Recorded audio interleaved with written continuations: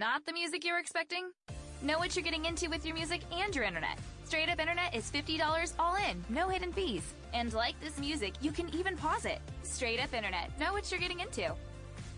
Hi, I'm Jay Farner, CEO of Quicken Loans. 30% of Americans who are planning home improvements of $5,000 or more will pay for those renovations with a high-interest credit card. That may not be a great idea. A better idea may be to take cash out of your home with a Quicken Loans 30-year fixed-rate mortgage. The rate today on our 30-year fixed-rate mortgage is 4.375%. APR 4.65%. Call us today at 800-QUICKEN or go to rocketmortgage.com. Rate subject to change. Pay 2.13% fee to receive this discounted rate. Call for cost information and conditions. Equal housing lender. License in all 50 states. NMLS number 3030. It's the Opperman Report. Join digital forensic investigator and PI Ed Opperman for an in-depth discussion of conspiracy theories, strategy of New World Order resistance, high-profile court cases in the news, and interviews with expert guests and authors on these topics and more. It's the Opperman Report. And now, here is investigator Ed Opperman. Okay, welcome to the Opperman Report. I'm your host, private investigator Ed Opperman, and this show is brought to you by Audible.com. That's right, you go to audibletrial.com/Opperman Report. You go there, you sign up for free, you get a free audiobook. Tonight we are live on TalkStreamLive.com, HazyRadio.com, PSN Radio, Wolf Spirit Radio, TalkSuperstation.com, 1800 Webley, Shazaz Radio. And then we'll play throughout the week on Para X Radio, Saturday night, 7 p.m., Penny Entertainment on Blog Talk Radio, Sunday mornings. Then on Firehorse Radio and Shake and Wake, good old Shake and Wake with Rick and Annie on Thursday nights. We're going to be adding a couple of really big stations this week, so keep an eye out for that. It's something I'm really looking forward to. Now, tonight we have a very special guest. Robert Morrow. He's a political activist and a political researcher. He's based in Austin, Texas. He's an expert on the JFK assassination and also the Clintons and all their skullduggery and the Bushes and all their equally skullduggery. I really want to thank Robert so much because he really he came in at the last second for us. We were supposed to have Dave McGowan tonight talking about believe it or not, the moon landing hoax. Good old Dave McGowan is the host of the weird scenes inside the canyon. But Dave couldn't make it this week. We had to reschedule, so I started scrambling, and I wanted to do a show about this Jeffrey Epstein, this convicted child molester down in Palm Beach, Florida, who basically got away with murder. Okay, the guy should be doing life in prison. He got away with doing 13 months in jail. So we started scrambling to do a show about that.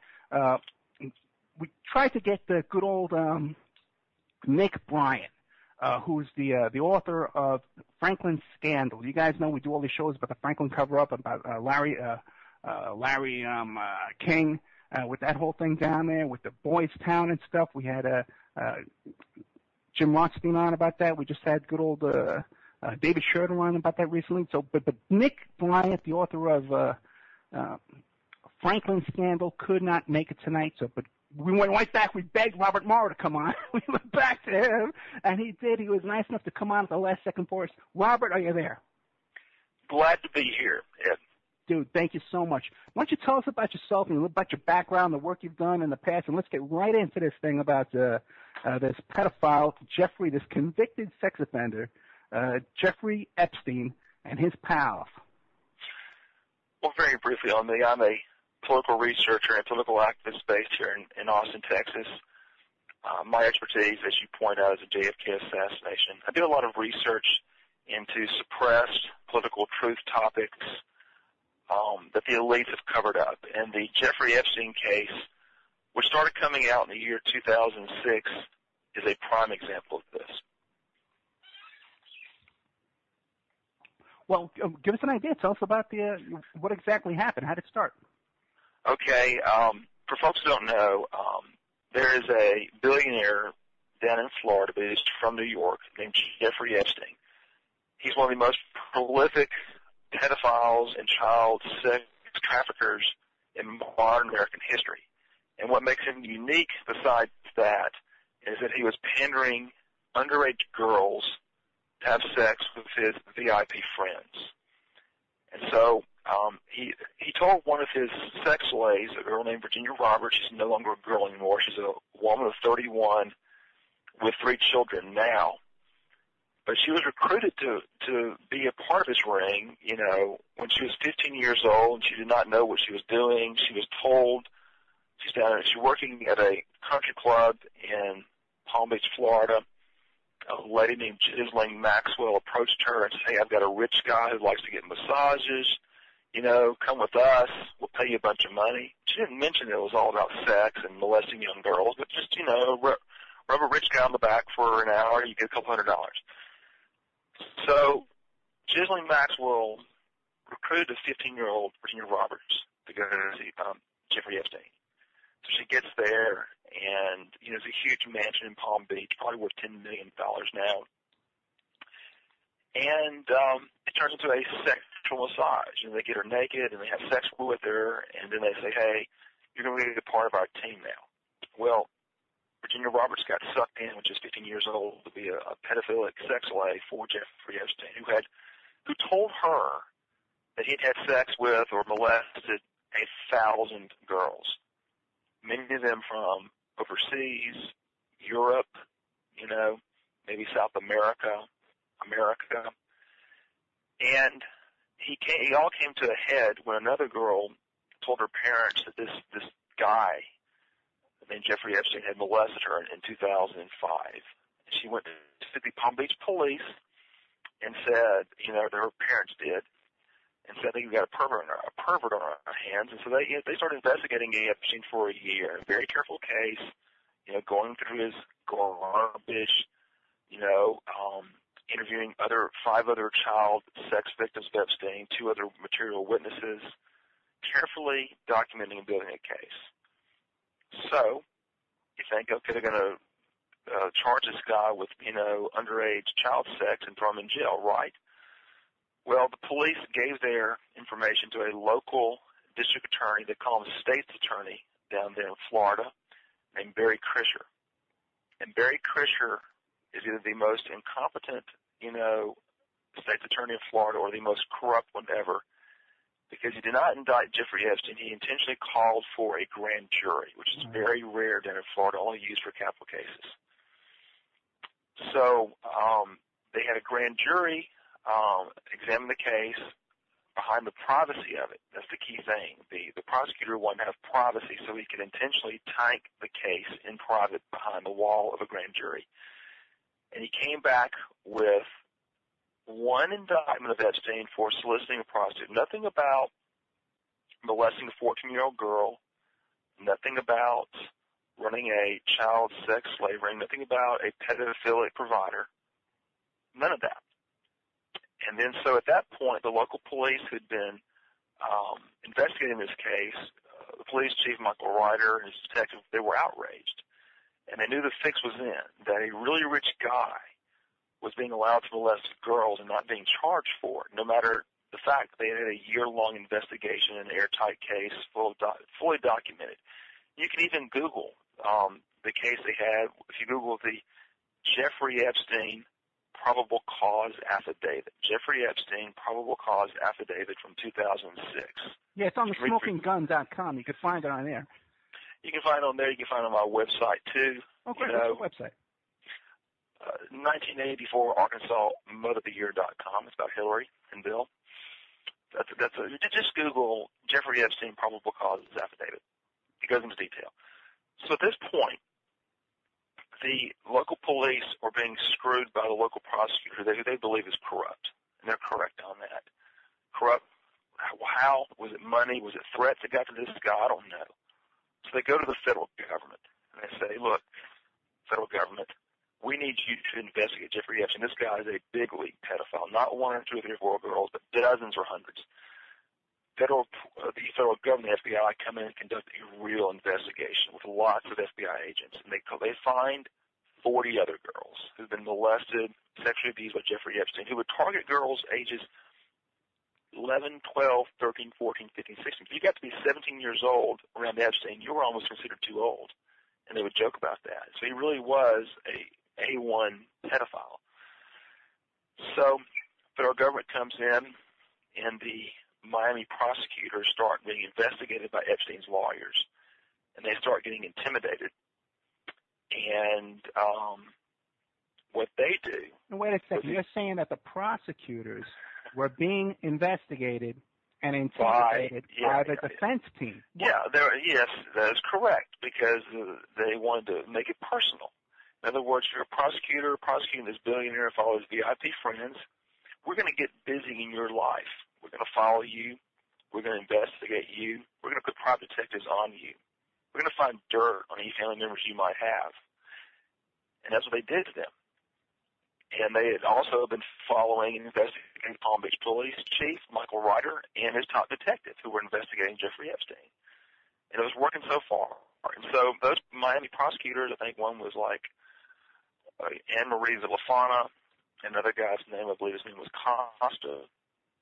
They were also having to deal with Washington, D.C., and Alberto Gonzalez, who was the Attorney General for George W. Bush, sitting above them. And Alberto Gonzalez told them he did not want a political mess. Well, you can't process. If you're going to have justice in the Jeffrey Epstein case, you're going to have a huge political mess, because he was pandering, he was molesting girls left and right, and he's personal friends with people like Bill Clinton and Prince Andrew and Alan Dershowitz and Ehud Barak and former Governor Bill Richardson of New Mexico, former Senate Majority Leader George Mitchell, also very close to Jeffrey Epstein. And Epstein was pandering girls to these people, to these men, to these VIPs, these political leaders, business leaders. Donald Trump went down there. Now, I can't prove Donald Trump was with a underage girl, but you know what? The butler for Jeffrey Epstein stole his list of contacts, his black book, and he circled Donald Trump as somebody who was a material witness in the pedophilia down there. So take that for what that's worth. So anyhow, the federal government ended up rubber stamping the local prosecutor's deal with Epstein, which was, get this, 13 months in jail with a 16-hour-a-day day pass, meaning you go sleep at the jail at night. Who else gets that job, gets that sentence? You molest hundreds of girls, and they send you to jail for 13 months, and so you only have to sleep at the jail at night. And he had his own private wing in the county jail and a security guard every night while he slept 8 hours. That's like not going to jail at all. Nothing about going to state prison for 20 years and having to deal with those wonderful people in a Florida state prison and what they do to child molesters. Epstein got none of that. Let me ask you this. Now, and I couldn't find it myself, but I heard other people talking about it, that while he was out on these day passes, he was actually getting on his private 727 and flying to New York and flying to the Virgin Islands during the day. Is that true?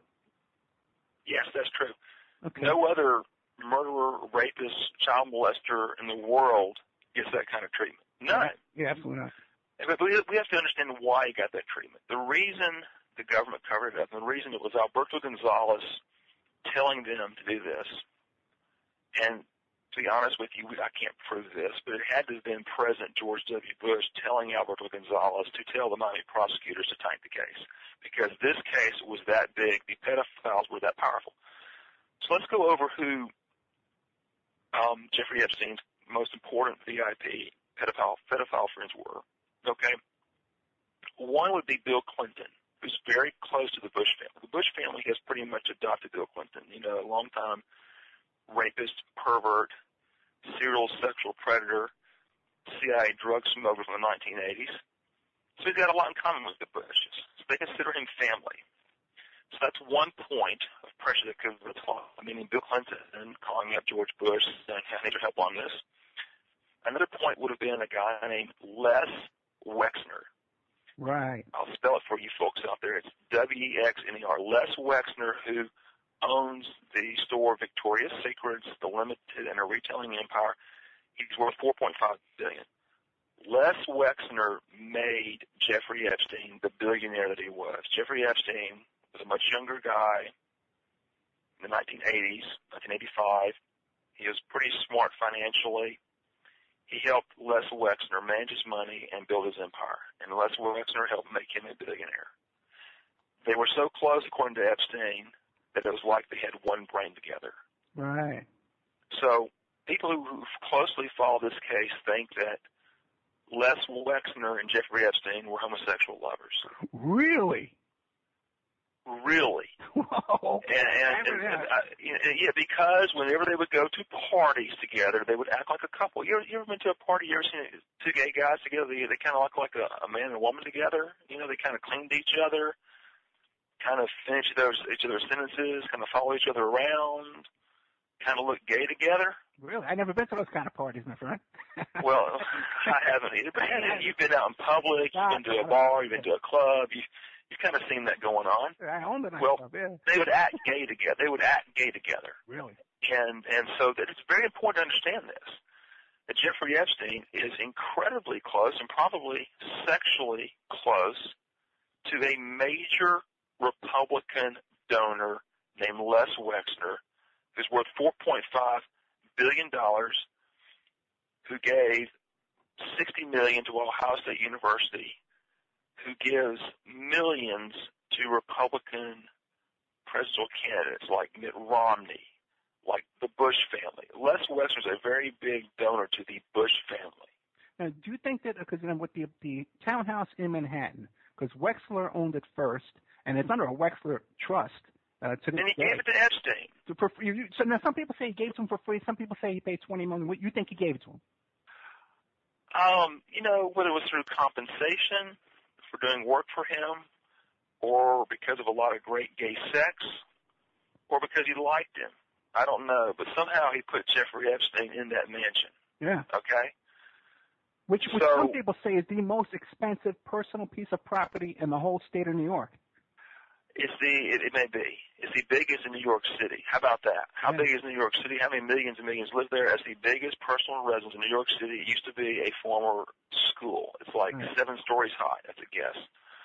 But people have to understand why this pedophile got off scot-free. I'm trying to explain to you because his closest friends were very high-level, important men who like to have sex with young women, and they had influence over the administration of George Bush. It's that simple. It's not rocket science, okay? So we got 2 there. We got Les Wexner, who the butler, Alfredo Rodriguez, circled as a big-time pedophile. Big-time pedophile. When I say big-time pedophile, you stick a 14-year-old girl in front of Les Wexner, sex is probably going to be happening. That's what I mean by that. He's also very close to Romney, and he threw a big fundraiser for Romney. He's a big Bush donor. Les Wexner. I'm trying to show you the VIPs, okay? Number 3, Prince Andrew, who Virginia Roberts said she had sex with multiple times, and Ghislaine Maxwell, set them up together.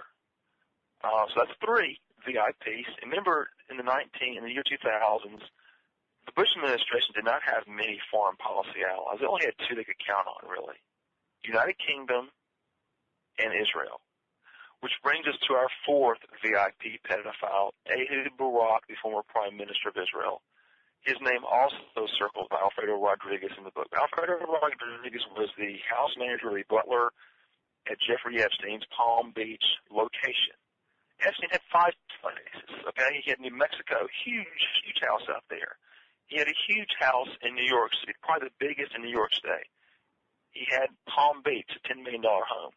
He had a 70-acre spread on a thing called Little Virgin Islands, right off the coast of Virgin Islands. That was also called Pedophile Island. And his airplane, his neighbors would call his airplane the Lolita Express, because they knew when Jeffrey Epstein was flying that plane into town down there, that a bunch of really, really young-looking girls would be hopping off of it. So Ehud Barak is also implicated in the pedophilia. So you had 2 foreign policy allies of America, of Bush administration, England and Israel, with high-level pedophiles. You had Bill Clinton, who has not been publicly fingered as a pedophile, but the lawyers for the sex victims have told certain journalists that, yes, of course, Bill Clinton was getting underage girls. Okay? And then again, I keep going back to Les Wexner. I want folks to understand that it's a Republican problem, too, not a bunch of liberal Democrats only. A major Republican donor having sex with underage girls who's friends with President George W. Bush. If you want to know how this got covered up, those 4 people are the biggest reason for it. Hey, one thing I'd like to throw out there, too, is that when the police in Palm Beach, when they searched that house, because they got a search warrant to go in the house, one of the things they found was surveillance cameras that they said was for the purpose of blackmail. That was in the search warrant. And that's true. Jeffrey Epstein, he's a pedophile, right? But his insurance policy is taking pictures of other important pedophiles having sex with underage girls that would ruin their careers or throw them in jail or cost them money or ruin their reputation or cause them public shame. The kind of shame that Alan Dershowitz is going through right now since Virginia Roberts went public and said, yes, I was forced to have sex with this ugly, demented, troll-looking, egomaniac Alan Dershowitz. So, if you don't mind, let's talk about why Dershowitz is in the news right now. It's because of Virginia Roberts and her lawyers that filed a court filing. Can I read that right now? Sure. Okay, this is what Virginia Roberts, who was a child sex slave for Jeffrey Epstein, had to say about Alan Dershowitz, that the psychopathic troll Harvard law professor who's become like the murderers and rapists and child molesters who he defends, okay? She said Harvard law professor Alan Dershowitz was around Epstein frequently. Dershowitz was so comfortable with the sex that was going on that he would even come and chat with Epstein while I was giving oral sex to Epstein. I say that's why a 16-year-old girl is doing sexual favors for Epstein. Alan Dershowitz is talking to him. You know, what's he talking about? The weather? I don't know. Maybe how Chris Darden was really dumb to have O.J. trial in the glove. I don't know. And then she said, I had sexual intercourse with Dershowitz at least 6 times. The first time was when I was about 16, early in my servitude to Epstein, and it continued until I was 19. The first time we had sex took place in New York at Epstein's house. It was in Epstein's room, not the massage room. I was approximately 16 years old at the time. I called Dershowitz Alan. I knew he was a famous professor. The second time I had sex with Dershowitz was at Epstein's house in Palm Beach. During this encounter, Dershowitz instructed me to perform both oral sex and have sexual intercourse. I also had sex with Dershowitz at Epstein's Zorro Ranch in New Mexico, in the massage room off of the indoor pool area, which was still being painted. We also had sex, again, with Alan Dershowitz at Little St. James Island in the U.S. Virgin Islands. I was asked to give Dershowitz a massage on the beach. Dershowitz then asked me to take him somewhere more private where we proceeded to have intercourse. Okay, those are the words of a now 31-year-old mother of 3 telling what Alan Dershowitz did to her when she was a teenage sex slave working under Jeffrey Epstein. Yeah, that's incredible. Now, Dershowitz, he says, well, but my wife was there, and I had my daughter. Here's what he says there, okay? Well, now people want to know, what does Dershowitz say about this, well, okay? How old was Dershowitz's daughter when all this was going on, that he's bragging about bringing his daughter on these trips? Well, this would be in the time period of, 1998, 99. So it's 15 years ago. What is his daughter in her 20s now? Really? 24 or something. Maybe she was age 9 then. Dershowitz is lying, and we have the flight records to prove that he made many or several trips with Jeffrey Epstein without his wife on board and without his daughter on board. And the first one was in December of 1997. See, Dershowitz has been lying on a lot of things. He first said, well, I first met Jeffrey Epstein, around 2003 when he was going to give some money to Harvard. That's when Epstein made his donation to Harvard, 2003. First one, okay? But yet we have flight records that prove he's palling around with Epstein without his wife. 6 years. Hi, I'm Jay Farner, CEO of Quicken Loans. 30% of Americans who are planning home improvements of $5,000 or more will pay for those renovations with a high-interest credit card. That may not be a great idea. A better idea may be to take cash out of your home with a Quicken Loans 30-year fixed-rate mortgage. The rate today on our 30-year fixed-rate mortgage is 4.375%. APR 4.65%. Call us today at 800-QUICKEN or go to rocketmortgage.com. Rate subject to change. Pay 2.13% fee to receive this discounted rate. Call for cost information and conditions. Equal housing lender. License in all 50 states. NMLS number 3030. Hi, I'm Jay Farner, CEO of Quicken Loans. 30% of Americans who are planning home improvements of $5,000 or more will pay for those renovations with a high-interest credit card. That may not be a great idea. A better idea may be to take cash out of your home with a Quicken Loans 30-year fixed-rate mortgage. The rate today on our 30-year fixed-rate mortgage is 4.375%. APR 4.65%. Call us today at 800-QUICKEN or go to rocketmortgage.com. Rates subject to change. Pay 2.13% fee to receive this discounted rate. Call for cost information and conditions. Equal housing lender. License in all 50 states. NMLS number 3030.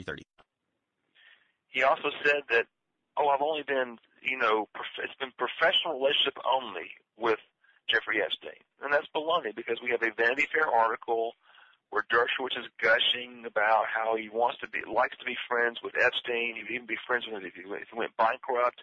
And they were just eating eating hot dogs on Coney Island. And that was in 2002, by the way. Well, yeah, 2002. The Vanity Fair piece was 2003. And then he also said that he's written 20 books, and that Jeffrey Epstein is the only person that reads the final draft besides my family. That's how close he was. He was having Jeffrey Epstein proofread his books for him. Now, that's not a professional relationship. That's a buddy-buddy relationship. So he's lying about that. But here's where Dershowitz is really going to pay the price. Because early this month, about 3 weeks ago, he got on national TV, and he said a bunch of lies about Virginia Roberts. He says, I've never met her. Outrageous. He says, I've never been around any underage girls. Laughable. Then he said that Virginia Roberts had said that she had had sex with Bill Clinton. She's never said that, publicly or privately. He said that she said she had met the Queen. She's never said that. So he's going to lose a really big defamation lawsuit to Virginia Roberts. It's just a matter of time. Is it going to be this year? Let me ask you, because I think her father has said that she met the Queen. Now, the father said that, and then he retracted it. Okay. She hadn't said that. She could sue her dad for defamation, but she's going to sue Alan Dershowitz instead. What do you think the dad fits in? You think he's just out for a buck or what? Because you don't really hear her mentioning her dad much in anything else. Well, the easiest victims for a pedophile to target are kids that come from broken families and dysfunctional families, okay? So I don't know how well she gets along with her father if she talks to him, or how close they are, okay? I think her parents are divorced.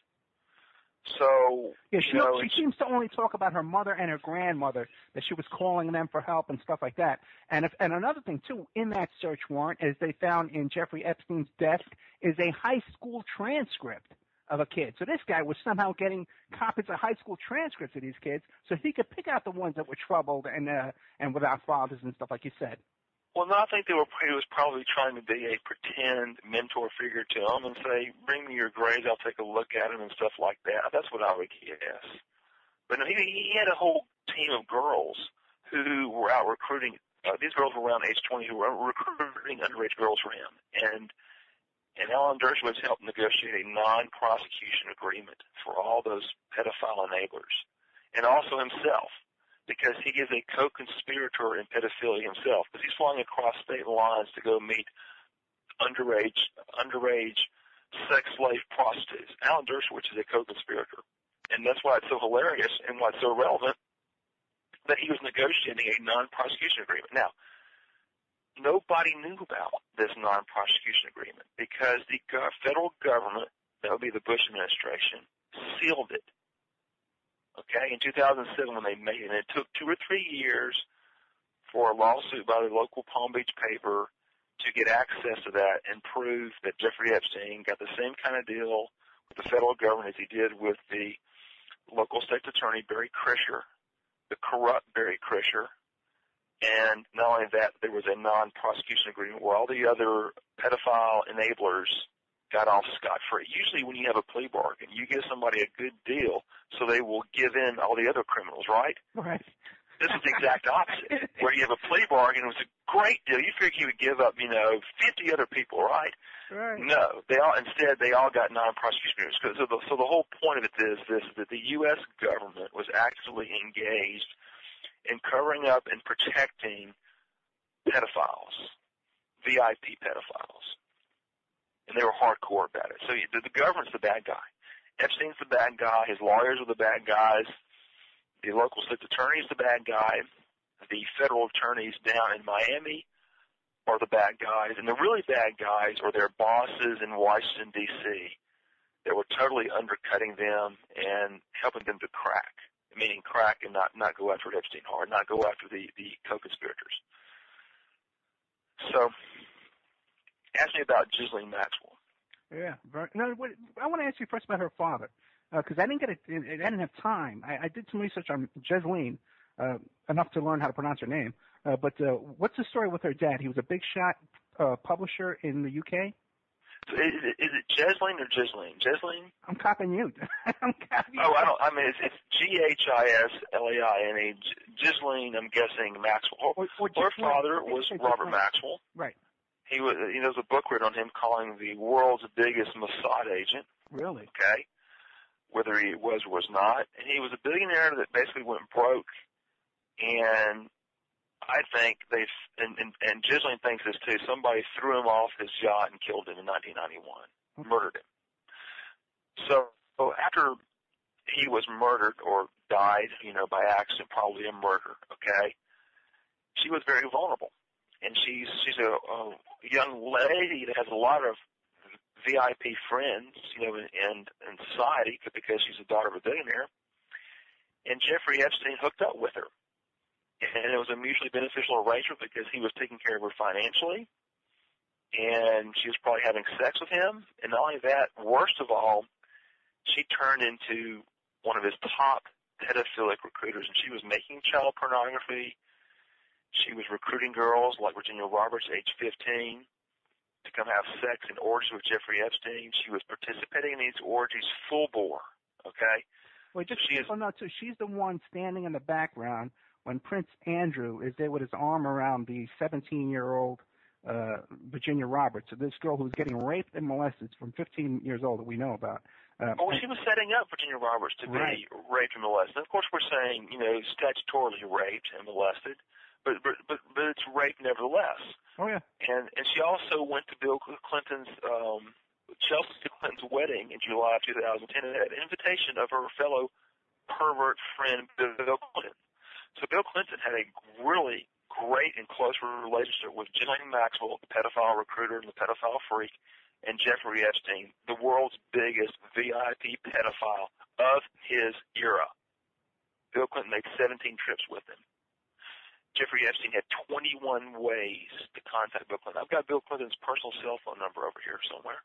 Oh, really? Yeah, let's read it out. Let's give him a call. We're on the air right now. We don't mind reading out Bill's personal cell phone number. Let's give him a call. Of course, it's been changed now. Okay, so I'm going to warn you guys. The number's been changed. But his personal cell phone number back in 2005 was, if you want to reach rapist Bill Clinton, you'd call 914-861-9380. And that's not, it's been changed, okay? So don't call like it to somebody else. But the 914 area code is the Chappaqua, New York area code. So it was 914-861-9380, and it's listed in the Epstein's Black Book as number 42, do not use, meaning 42 president. It's his personal cell.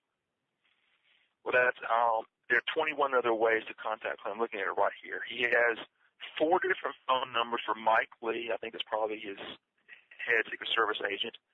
He's got a number for David Slade, Sarah Lallam, Denise Diorio, his speaking scheduler of that era, Joe Cashin, the assistant director of scheduling, some girl named Uma, Mark Gillespie, still another phone number for Mike Lee. Mike Lee must be important in the Bill Clinton world because he has 5 ways to call him.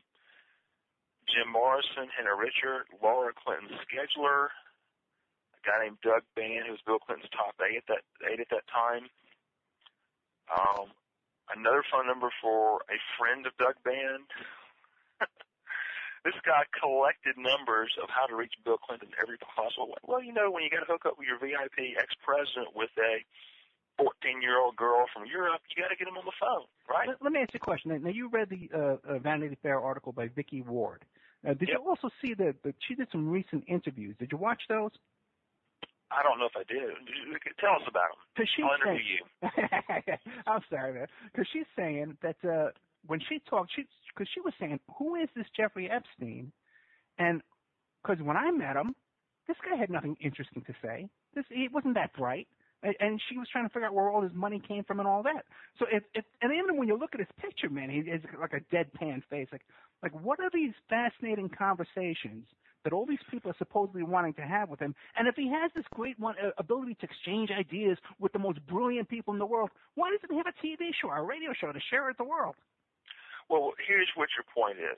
Vicki Ward, who wrote an article on Jeffrey Epstein in 2003, was prevented by her editor. Oh, really? From putting in his problems with molesting girls. That was the big issue. So she wrote an article for Vanity Fair 2003, then she wrote another one here in January saying, I tried to warn you about Jeffrey Epstein in 2003. Her editor she had a girl and her mother going on the record about Jeffrey Epstein trying to molest her back then. Really? So you have all these enablers of Jeffrey Epstein in the media. And you also have these enablers of Bill Clinton who are refusing to report on the Bill Clinton-Jeffrey Epstein connection even today. So back to Ghislaine Maxwell, okay? You have to understand that what a freak she was. So what did they say? Well, here's what Virginia Roberts, the number one sex slave for Jeffrey Epstein, said about her. It's very important to know this. Ghislaine Maxwell was heavily involved in the illegal sex. I understood her to be a very powerful person. She used Epstein's money, and he used her name and connections to gain power and prestige. One way to describe Maxwell's role was as the madam. She assumed a position of trust for all the girls, including me. She got me to trust her and Epstein. It turned out that Maxwell was all about sex all the time. She had sex with underage girls virtually every day when I was around her, and she was very forceful. I first had sexual activities with her when I was approximately 15 at the Palm Beach mansion. Had many sexual activities with her over the next several years in Epstein's various residences, plus other exotic locations. I had sex with Maxwell in the Virgin Islands, New Mexico, New York, as well as France and many other locations. I also observed Maxwell have sex with dozens of underage girls. So let's just throw out the notion that Ghislaine Maxwell is some sort of a victim in this process. She is a co-pervert with Jeffrey Epstein. She also said that Maxwell had large amounts of child pornography that she personally made. Many times she made me sleep with other girls. Some of them were very young for purposes of taking sexual pictures. They had many orgies with many girls. Epstein, Ghislaine Maxwell, and a guy named Jean-Luc Brunel. Can we talk about him? Yeah, it was on the tip of my tongue. Okay. Everybody out there understands that Jeffrey Epstein, on one side of him, he knew all the important people, the Clintons, the David Baracks, the Bill Richardsons, the George Mitchells, the Dershowitzes, on one side. On the other side was who's going to recruit all of these girls for him. He's not out there trolling malls every afternoon at 6 o'clock at night himself, okay? He has a team providing girls for him. One of his teammates was a long-time modeling scout / pedophile named Jean-Luc Brunel. That's JEAN-LUCK Brunel, BRUNEL. Jean-Luc Brunel was exposed as an abuser of girls as far back as 1988 when Diane Sawyer of CBS News did an expose of him on 60 Minutes. I remember that. That's 1988, okay?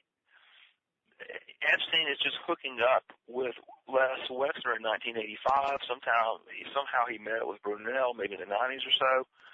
So as Epstein was rising to power, Brunel was still in the modeling industry. So really what Brunel is, he would go overseas and try and find very, very young girls to, put in the modeling industry, but really to have sex with. And he would drug them too. He was known for doing that as well. There's a really good quote in here I'm trying to find on my webpage I'm going to read you guys about Jean-Luc Brunel. Let's see. Well, what about while you're looking for it?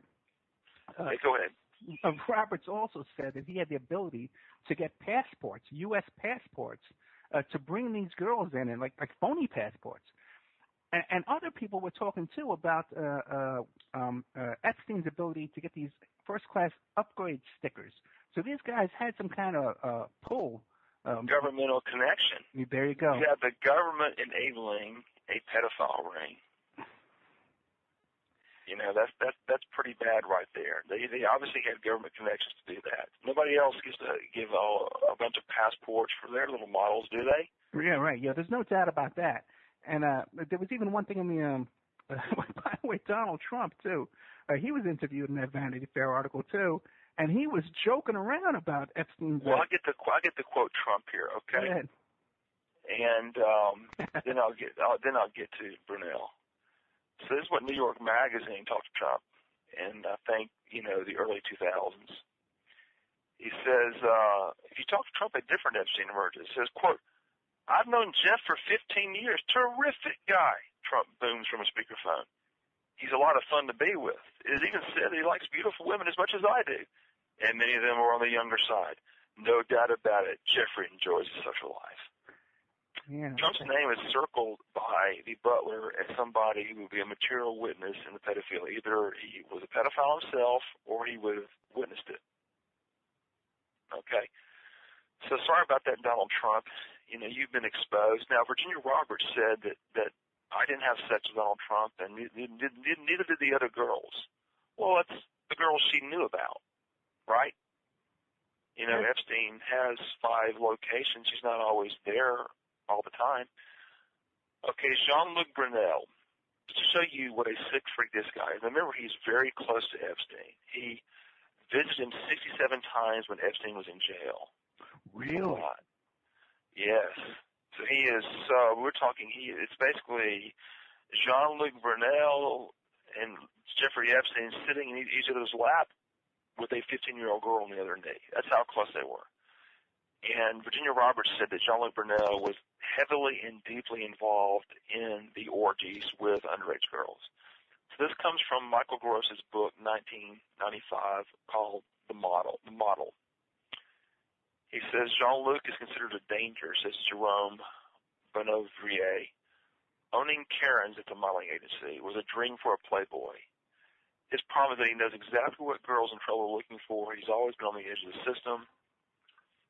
Girls would be at him if he was said, they're with Jean-Luc because he's the boss. Jean-Luc likes drugs and silent rape. It excites him. The silent rape means when the girl is passed out. All right. Okay? And he says, there was a little group.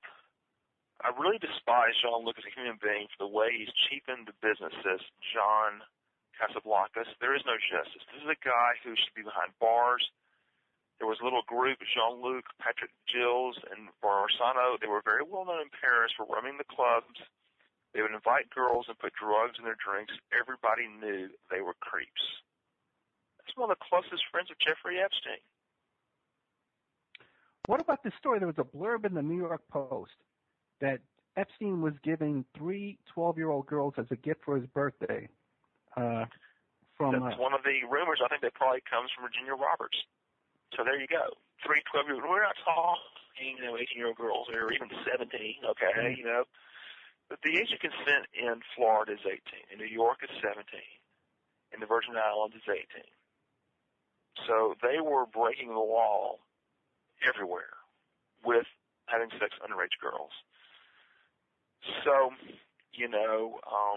And also, too, if people go and look up one of the recent affidavits by this girl, Virginia Roberts, she includes, this is one of her latest ones, and she includes pictures of what she looked like when she was taken to New York City at like 15, 16 years old. I got a 14-year-old daughter, okay? She's a little kid, man. She's a little kid, and you can look at that picture and see a little kid. That should be out playing basketball or something, That's right, or soccer. Right. And not having to deal with a very weird, demented sexual predator such as Alan Dershowitz, Jeffrey Epstein, or Jean-Luc Brunel, or Bill Clinton. Those guys are a worst-case scenario for a young girl. So Virginia Roberts is known as Jane Doe number 3. Jane Doe number 1 gave a recent interview, and she said that when Epstein met her, she was 14 years old. And she was skinny, and in her words, she said she had no boobs, and she was petite and tiny, and that's who Jeffrey Epstein wanted to have sex with. And she was the one who her family went to the police when they found out what had happened. She was the one that triggered the investigation to Jeffrey Epstein, a very non-mature, sexually innocent 14-year-old girl. Yeah, a lot of people, they think it's this kind of he said, she said kind of thing, but it's not. These are all. Well, no, it is, but it's a he said, she said, she said, she said, she said, she said, she said 30 more times kind of thing. Yeah, but also there were convictions, and also too that there's 17 court settlements with these young ladies. There's 32 court cases that have been settled. Oh, Jeffrey really? Epstein has settled with the families of the girls he molested. Not one or two, not 10 or 20, not even 2 dozen, not even 30. 32. Wow. 32. So we have a very serious, prolific pedophile that went to jail for 13 months only with a 16-hour-a-day day pass, that could hop on his plane and go to New York during the day, hop on his plane and go to Virgin Islands, who got off scot-free, who would sleep for his punishment. He would sleep at night in the county jail in his own wing with his own private guard. He's not being knifed by the other inmates. He's not being raped by the big, mean, nasty guys in jail. And they have a list of his commissary purchases, and even though he's only in jail 8 hours a night for 6 days a week, he's in there buying Vaseline and Jergens hand lotion. You've got to be making that up. Oh no, brother! Document that. I will. It's on Smoking Gun. You don't need to listen to me. Smoking Gun went and got it.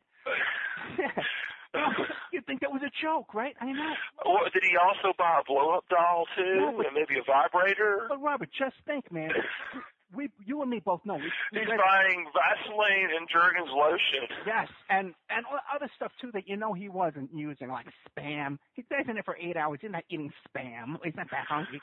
So he was giving stuff to other prisoners as well that I guess he had deals with or whatever. By the way, that was the same jail he donated $90,000 to that police force. They gave it back, but still, it's the thought that counts. Yeah, Jeffrey Epstein would bribe everybody every step of the way. He used to give $100,000 a year to the Palm Beach police because he's a pedophile. And he figured if you give him $100,000 a year, they're not going to investigate him. Yeah. He'd give $100,000 a year to the local ballet group for massages. Jeffrey Epstein's code word for sex was massage. So he thought he had it all figured out. He pretty much did, but he's going to have to deal with this the rest of his life, as will Alan Dershowitz. I'm going to read some more names of folks who were really close to Jeffrey Epstein, and I'm going to tell you if I think they're a pedophile or not. Okay? The last 10 minutes. Yeah. Well, of course, Bill Clinton. Yeah. Well, it hasn't come out publicly yet, but yes, of course, he's a pedophile. Prince Andrew, no doubt about it. Amy Barack, absolutely. Les Wexner, billionaire businessman, GOP donor, big-time pedophile. Those top four, were probably the reasons why the federal government's case got corrupted. We got Jean-Luc Brunel. We just talked about him. He's an off-the-charts pedophile. Bill Richardson, name circled by the butler, he's a pedophile. Larry Summers, the former president of Harvard. His name is not circled, but, he's hanging out with Epstein. Kevin Spacey, he's a star actor in the House of Cards. He's also good friends with Bill Clinton. See, Kevin Spacey, people tell me, well, he's gay. And my response is, have you ever heard the word bisexual? Actor Chris Tucker, Donald Trump. I don't have any proof on that, but Trump has to be a very suspicious name in this business. Alan Dershowitz, absolutely. Hardcore, pedophile, lying, psychopath, needs to be thrown in jail for decades. George Mitchell, former U.S. Majority Leader, former Senator from Maine. People have told me who say this case, George Mitchell was being provided underage girls to have sex with. Pedophile. Okay? And then there are the names of the people who were circled in Epstein's book. And a lot of them are foreign names. I'm not going to read them all out. One is Peter Soros, the nephew of George Soros. Name was circled as a pedophile. Courtney Love, the former wife of what, I guess, Kurt Cobain, right? Yeah, by the way, bisexual singer. Yeah, we know her dad. Her dad's been on my show. And Courtney Love grew up in a sex cult, this Children of God. I don't want to misquote the name of the cult. Yeah. So it would not be surprising for her to be a pedophile.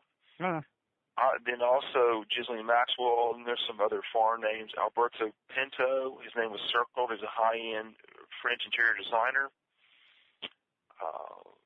Dr. Eva Anderson, a former Miss Sweden, a former girlfriend of Jeffrey Epstein. Her name was circled. Les Wexner's had multiple addresses in this book. Every single one of them, Alberto Rodriguez circled. He was, deep into pedophilia. So let's see who else. I'm skipping some names folks would not know. A guy named Timothy Newcomb of Newcomb Electronic Systems. His name was circled. Architect Douglas Schottel from New York and the Bahamas. His name was circled. The pilot's name, Larry Vysocki, was circled because even if he was not engaging in the sex, he would know that it was going on. The chief pilot for Jeffrey Epstein, Larry Vysocki. A guy named Tom Sawyers from New Jersey, a guy named Christopher Gay, G-A-I-E from Florida. Those names were all circled. Now, the brother Alfredo Rodriguez only knows what's going on in Palm Beach. He's not in New Mexico. He's not in the New York mansion. He's not on the freaking airplane, which is like, a Playboy mansion and an orgy at the same time. He's not on the plane. And he's not down at Pedophile Island, the Virgin Islands. There were many, many more VIP pedophiles who Jeffrey Epstein was pandering underage girls to than what the house manager in Palm Beach knows. Hey, you know what's interesting too, man? Because you got this list of names, list of suspects, right? Now, how come we're not digging? How come we're not getting their garbage? How come we don't have cameras in front of their house? The cops thought this was significant enough that they put this butler in jail for 18 months, longer than Epstein did, because these were witnesses and other victims that could have been prosecuted. Okay, well, why aren't they doing it now? Because it happened a long time ago, and these are very powerful people, and they got off the first time too. Yeah, we know they're still doing it. Because the elites deem it their right to sexually molest underage children, but not anybody else's. That's what elitism is, meaning rules and laws for everybody else, but none for them. Well, then real quick, because Dershowitz is mentioning names like Evelyn Rothschild. You think he's taking his life in his hands by doing that? You think Dershowitz is going to? Well, she's saying that he was saying that Miss Rothschild was going to make a donation to Harvard at about the time that he met Jeffrey Epstein, and that's how that's where he lied. He says, "Well, I met Jeffrey Epstein through Miss Rothschild, around 2003 at a party." Bull. We got flight records. Dershowitz on the pedo plane, December 1997. Okay, so Dershowitz is telling a lot of lies and getting caught in a lot of lies. He's going to lose a defamation lawsuit to Virginia Roberts. It's only a matter of time. It might take 1 year, 5 years, or 10 years, but he's going to lose some big money to her, and that will serve to discredit him. But do you think he might turn up dead though? Because he is kind of a loose cannon right now, just kind of floating, Yeah, I mean, another thing that. The other reason that Virginia Roberts is becoming so credible is because Alan Dershowitz is acting like an insane man on TV. Right. But he is obviously panicked. He's telling you a bunch of lies, getting caught in a bunch of lies. When the flight logs came out and proved that he knew Jeffrey Epstein 6 years before he was pretending to know that, and the fact that he says that he only had a professional relationship, but he obviously had a social relationship, he's lost a lot of credibility. Most folks are not believing Dershowitz who follow this case. I don't think anybody is.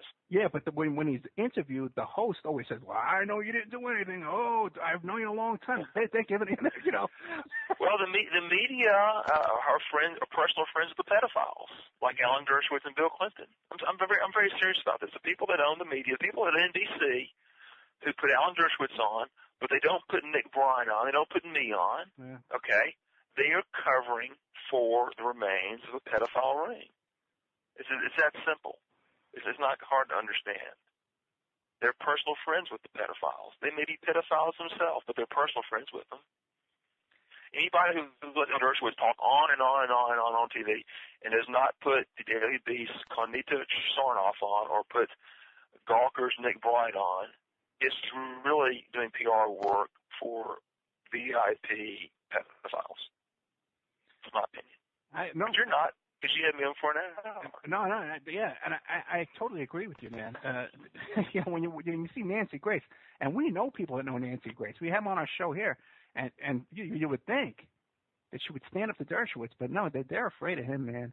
Well, has Nancy Grace covered this at all? Oh yeah, she covered it, and she's really mad. She's mad at Roy Black and Left Court and these guys for the way they were harassing the DA's office down there in Florida. She doesn't like this sweetheart deal that Epstein got. But she had on Dershowitz as a guest and said, Alan, I know you would never do anything like this because I've known you for 4 years. She's covering for Dershowitz, too. Yeah, I know. She is. And so, see, she can't accept the reality that Alan Dershowitz is a child rapist and a serial a demented nut job, a very dangerous man, and a sick. I cannot describe to you what a sick little freak Alan Dershowitz is. So Nancy Grace is covering for him. So when she's sitting there saying that he's innocent, she is wrong. Virginia Roberts is telling God's truth, and Nancy Grace is covering for a pedophile. Period. Robert, we got 2 minutes left. Okay, and I want to thank you for coming on. And good old Nick Bryant, we'll get him on in the future, the author of Franklin Scandal. You can find a link to that book. But give us real quick, give us your blog and any appearances you got coming up, anything you want to talk about, or what do you want to leave us with? Well, the one thing I want folks to do, we have to sell some books from Nick Bryant, who wrote a really good book on a 1980s pedophile ring called The Franklin Scandal. You can get that off Amazon. Not the music you were expecting? Know what you're getting into with your music and your internet. Straight Up Internet is $50 all in, no hidden fees. And like this music, you can even pause it. Straight Up Internet, know what you're getting into. Not the music you were expecting? Know what you're getting into with your music and your internet. Straight Up Internet is $50 all in, no hidden fees. And like this music, you can even pause it. Straight Up Internet, know what you're getting into. It's The Franklin Scandal by Nick Bryant. I'll repeat that again. It's a fascinating book. He spent 9 years of research on it. It was about mainly a bunch of Republican high-level VIPs in the 1980s who would sexually molest young boys and get away with it. Whereas the Jeffrey Epstein case is more about VIP pedophiles molesting young girls. So Nancy Grace is doing a real disservice by not having on Nick Bryant on her show was she on CNN? HLN, and by not having Conchita Sarnoff of the Daily Basis cover this for years, those folks can tell you what happened in the Epstein case, but Nancy Grace is choosing not to. Okay, she's getting a little mad at the Miami lawyers. She's not telling you the real truth. The truth is there were VIP pedophiles far more important than the lawyers that Jeffrey Epstein hired, who were probably very directly contacting the government and telling them to let Epstein off the hook because they did not want their names coming up in court cases. Well, you know what? The biggest media hypocrisy in this Epstein case is that you don't hear anybody talk about it, is that Epstein was a school teacher. He was a middle school, high school teacher at a private school with a little girl. So it was right around the corner from my grandmother's house in Manhattan. I know this school, the Dalton School. And they wore that same little uniform with the knee socks and the short skirts that this pervert has this fetish for. He does. Yeah. And Virginia Roberts said that was his favorite uniform, was the Squirrel Girl uniform. She had a latex outfit, a Squirrel Girl uniform. So he liked to have under sexually developed girls to have sex with. So what a coincidence. And he just happened. He's a billionaire in Florida and New York. He could hire any adult high-end hooker that he wanted to. You understand that? Yeah. They're on the internet, but he doesn't. He wants to molest little girls and take their innocence. He wants to steal from them, because you're right. And take their innocence. Yeah. Because he could. So you're right, man. You're right. So. Brother. He's a sick freak. So we're going to hold him accountable. This is not going to go away. Are we going to get the judge to overturn that corrupt plea bargain? I don't know. But if they do, buddy, if they do, the water will be flowing over the dam in this case, and I hope it does. Well, me too. Well, brother, we made it to number 3 on TalkStream Live tonight, so we're right behind Michael Savage and Mark Levin. You know, we're ahead of Alex Jones. We're beating all these guys, Glenn Beck. So a lot of people are hearing this tonight. Thank you so much for coming on. And thank you for coming on and supporting Nick Bryant, the author of Franklin's Scandal. And you can, I'm going to put the link up on the Opperman Report blog. People can go there and link on that. So thank you so much. We got a hard break. We got to go. But thank you, Robert Morrow. You're welcome. If you're looking for essential oils, stop by and check out Essentially Tammy on Facebook. She is Young Living Essential Oils Independent Distributor. These 100% therapeutic grade oils help support the body's natural function.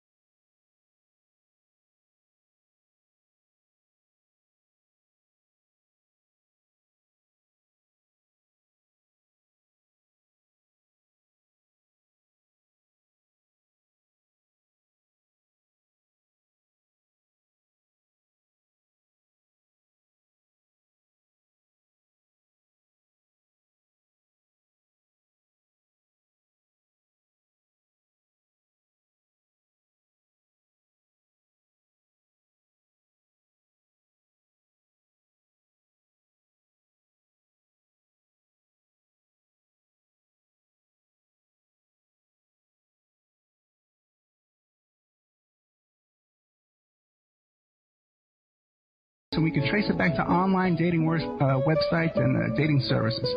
So we have a multitude of services on emailrevealer.com.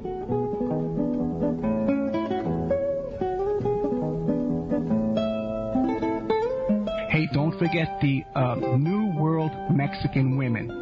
Okay, and I just Google New World Mexican Women. You can find their book where they first describe their love letters to their men and their sons and their uncles and their brothers who have traveled from South America to North America to work as migrant workers.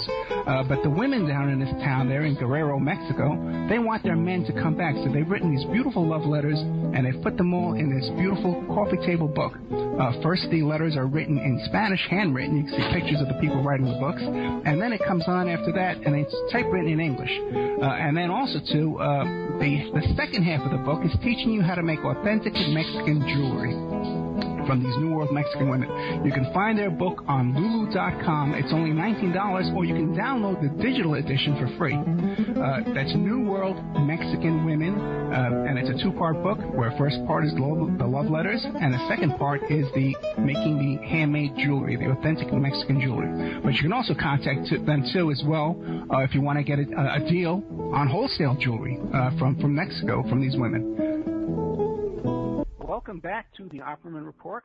I'm your host, Private Investigator Ed Opperman. This show is brought to you by Audible.com. You go to audibletrial.com /Opperman Report, and that's how you get yourself a free audiobook. You sign up there for free. You get a free book, and all that's real cool. Now we're adding a couple of stations. I got a couple for the people who don't know me, we add new stations every week. I'm a private investigator, and I'm also a digital forensic investigator. So when we had Robert Morrow on tonight, who's a political researcher and an expert on JFK assassination and the Clintons and the Bushes, and he's been researching and reporting on this Epstein case. I've also done my own investigation on this as well, okay, and I'd like to present that to you. I've only been working on this for a few days because I was hearing this story about Epstein and Prince Andrew and stuff like that, and filtered through the mainstream media and the little clips you see on Radar Online and people posting stuff on Facebook. But I really went in this week, and I contacted the lawyers in the case.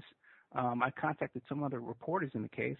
I read everything available. I watched every single YouTube video, and I went and got all the online available court documents. And you can do this yourself. You can go to Pacer. PACER is an online database where lawyers and private investigators can go in and look up cases, and you can read all the pleadings. And the case number on this is 08-80736. Now, if you don't have a Pacer account, you can just Google case number 08-80736, and a lot of stuff that was on Radar Online or what's that thing called, Smoking Gun, will have the pleadings and the probable cause affidavit and all this kind of stuff. But I've read everything on this in the past week. Okay, so what I'd like to do in this next hour is present to you the case and my theory that I put together on this. Before we get to that, I also want, if we have time, I'd like to give you a little update on the good old Reverend Pinckney. I'll do that after I do this thing with this case here. Good old Reverend Pinckney, as much as we love him, they moved him to a more serious prison. He's in the minimum security portion of the prison, but he still. And we're just praying for him, and we're hoping we can do something to get him out of there, okay? As much as we can. Okay. Hey, good old Robert Morrow just sent me an email saying we kicked some pedo ass tonight, didn't we? He just sent me a message in my Gmail account. Thank you, Robert Morrow. We really did. And I want to thank Nick Bryan, too. We tried to get on, but he couldn't, and he's the author of the book Franklin's Scandal. And I'm going to have a link to that on my Opperman Report blog. Okay, so everybody can go there and pick up that book, too. And also tonight, we were supposed to have on Dave McGowan, author of the Weird Scenes Inside the Canyon. We're going to be talking about the moon hoax, and he's going to be coming on in a couple of weeks. Next week, we've got Mark Ebner, and I'm going to talk to him about this case, but also he's coming on to talk about the Bill Cosby case, which I think there's a little bit of overflows in these two cases here. Okay, and we're going to get into all of that. Okay, we're going to be adding at least one really big new station, and probably two. Okay, and these two new stations we're adding is probably going to double the amount of listenerships we have tonight. Okay, it's not that we're reaching enough people now. We're going to be reaching double or over double what we are tonight within the next couple of weeks. Okay, I can't make any announcements on that. One is we're 99% confirmed, and the other one's about 80% confirmed. So if you want to lock in, if you want to advertise on a show, you want to reach a ton of people with your product, your website, your business, whatever, email me at oppermanreport@gmail.com. Okay, next we've got Mark Ebner. Okay, now with the same thing, we got the same thing going on with the YouTube channel and the after shows and the archives. If we can get 10,000 people to subscribe to the Opperman Report YouTube channel, and we can get you to go to the Opperman Report blogspot.com, you go there and click on those ads, and watch the videos and all that stuff like that, then we can fund all this for free. We'll let Google and AdSense pay for everything we're doing here. If not, we're going to have to work out a deal where we have the archives for sale, okay, either through iTunes or something like that, or through a paid subscription, because, we're struggling here to get everything here going that we want to get going here, and it's holding us back. You can find the archives right now for free up on the Opperman Report YouTube channel or Spreaker.com or iHeartRadio.com. Don't forget our TruthFunders.com campaign we're doing to build up. You go to TruthFunders.com, you look us up, Opperman Report Film Company, that we want to start doing documentaries about the West Memphis 3 and about the Son of Sam and about the Process Church and about Mark David Chapman, all these topics that we are on the cutting edge of, that I think we have more information than anybody else out there has. And we may even want to do a film about this information that I've come up here with this Jeffrey Epstein pedophile case.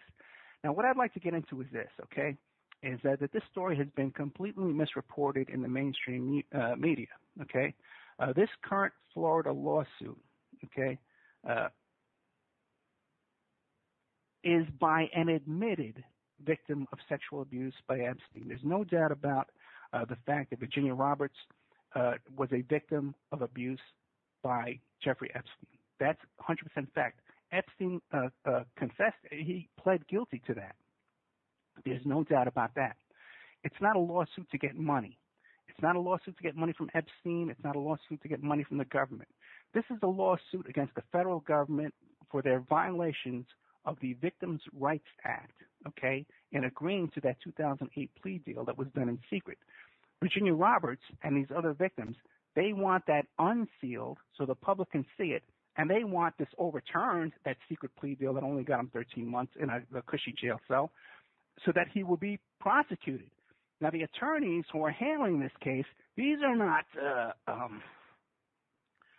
these are not ambulance chasers.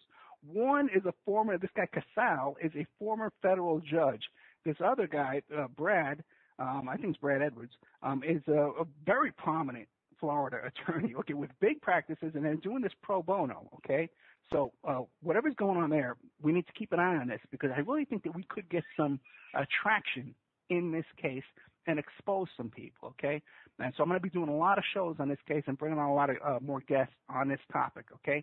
Now, let's take a look at Jeffrey Epstein. Fascinating guy. There's something going on here, okay? He was born in Coney Island, Brooklyn, okay? And he went to Lafayette High School. Now, this is a very mediocre high school, okay, back then in the 60s when he went to this school. Think of Welcome Back, Kotter. That's the kind of school this guy went to, okay? This billionaire. He wasn't a billionaire growing up in Coney Island going to Lafayette High School, okay? Something happened. Now, he graduates from Lafayette High School, and he starts attending classes at Cooper Union, which is this big, fancy liberal college in the Village in Manhattan. And at that time, back in 69 and 71, they only accepted a few kids. You know, you had to be really, they were very selective of the students that they accepted. And once they accepted you, tuition was free, okay?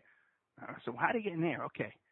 Now, he was there for a couple of years, and then he goes over to NYU. I don't know if NYU was free at the time or how he got in there. I don't know. No one knows, really, because there's so much of his background is a mystery.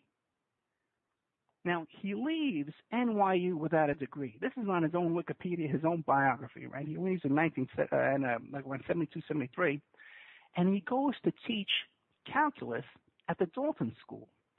The Dalton School is this Upper East Side, 89th Street in Manhattan. It's a junior high, a senior high combined school where the little boys wear blazers and ties, and the girls wore those stereotypical Girl Scout schoolgirl outfits that later on he had this fetish, right? So it's very interesting how he wound up there teaching without a college degree to begin with, okay? Because college dropouts teaching at one of New York City's Upper East Side most prestigious schools, okay?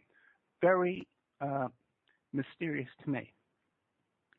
Now, according to his bio, he's teaching at this school, and he's like Robin Williams in the Dead Poets Society. He has all this charisma and all this charm and all this, and he's such a passionate teacher, right? And he took he gained the attention, okay, of a guy named of Bear Stearns chairman Ace Greenberg, right? And what they said in one of these articles was that he was tutoring Ace Greenberg's son, and he began a friendship with Ace Greenberg's daughter. And Ace Greenberg offered him a position over at Bear Stearns trading bonds, okay? Now, you got to understand, I grew up in Staten Island around the same time. And there were a lot of high school graduates, maybe did a year in college or whatever, never got a degree or whatever, and went to work for these brokerage houses, okay? So that was common. But you didn't go in there and 6 years later come out a billionaire, which is what Jeffrey Epstein claims happened, okay? And you don't go from being a teacher to going to Bear Stearns and becoming a billionaire. Very unusual. Now, according to Epstein, he says he left Bear Stearns because he wanted to work for himself. As he wanted to work for himself, and then he announced that he was only going to accept clients that had $1 billion in assets or more. He wouldn't accept anybody less than that, okay? But then what we find out from reading the Vanity Fair article is that's not true. When he left Bear Stearns, by the way, when he had to leave Bear Stearns because he was questioned in an SEC investigation about insider trading, okay? He was never charged with anything, but he had to leave Bear Stearns. He goes out on his own. And he goes and he doesn't talk about this in his bio, but Vanity Fair dug all this up, that he went to work with this guy named Hoffenberg. Hoffenberg, at the time of the Vanity Fair article, I don't know where he is today, but Hoffenberg was in prison, okay, because he was running this kind of a Ponzi-type scheme. And Vanity Fair did a lot of great investigation on this, a lot of great reporting where they dug up all kinds of these financial transactions and deals around that time with Epstein and Hoffenberg and these different kind of people that can only be described as shady. Okay. Now, when he left Bear Stearns, he formed his own company called J. Epstein and Company. But he only had one client, and this is the guy that Robert Morrow was telling us about tonight, Leslie Wexner. Leslie Wexner is the owner of The Limited. He's the owner of Abercrombie & Fitch, Victoria's Secrets, okay? And he owned the most expensive piece of property in New York City, the largest townhouse in New York City. And we don't know, either he gave it to Epstein or he sold it to him for $1. There's other reports that he sold it for $20 million, and Epstein paid him $20 million. We don't know. It's owned by a trust. The same trust was purchased by Wexler years and years and years ago. It's still owned by that same trust today. Okay. But interesting, they described how this house was decorated. And when you went in there, there was a whole shelf, like a bookcase of framed eyeballs, taxidermy eyeballs when you walk in, cover the whole wall. And then there was all these art masterpieces when you walk in there, right? And then there's also a giant African man who's naked when you walk in there. Not a human, there's a piece of art that portrays a giant naked African man as you walk into this largest townhome in New York City. And also, too, it's very interesting, they described that he had a taxidermied black cat on top of his piano in his office there. They're very bizarre decor to this mansion. Now, at that time, he also had a huge property in New Mexico. He had a huge mansion in Palm Beach and a private island in the Virgin Islands. Okay. Now, in the Palm Beach mansion, he had gargoyles out in front of the house. This is pretty much a modern kind of style house. You can look it up online and see pictures of it. But for some reason, he had gargoyles guarding the front door. Okay. Also, too, now when the police went in there with a search warrant, and they saw throughout this house in Palm Beach. Now, we don't know about the house in Manhattan. We don't know about the Virgin Island house, but we know for a fact that in that house in Palm Beach, the walls were covered with nude pictures of 15 and 16-year-old girls in frames all around his walls, okay, throughout that house. Everybody described it. Every victim, they interviewed about 10, 15 victims, these cops, walking through that house in Palm Beach, saw these pictures of these nude girls, and the girl said, I know there's pictures of me in there nude. And when the cops went in there, this is, with these nude little teenage girls all over the walls, and it looks just like the girls we interviewed in our probable cause affidavit. So why this man was not charged with possession of child pornography, and everybody who worked in that house and everybody who lived in that house was all could be charged with possession and distribution of child pornography. And why it never happened, I don't know. It's not even in the indictment, so who knows what the hell went on with that. Okay, now, good old Robert Morrow, he gave us a list of some friends, but some of the friends that I looked up was Evelyn Rothschild, was a friend of Jeffrey Epstein, Prince Andrew, Donald Trump, Alan Dershowitz, Ghislaine Maxwell, who's the daughter of the UK publisher Robert Maxwell. Another thing that Robert didn't bring up was that Ghislaine Maxwell is like a real kind of talk about her father was a Mossad agent. Kind of makes sense now hearing that, because she's known as this kind of adventurer who flies helicopters and all kinds of stuff like that.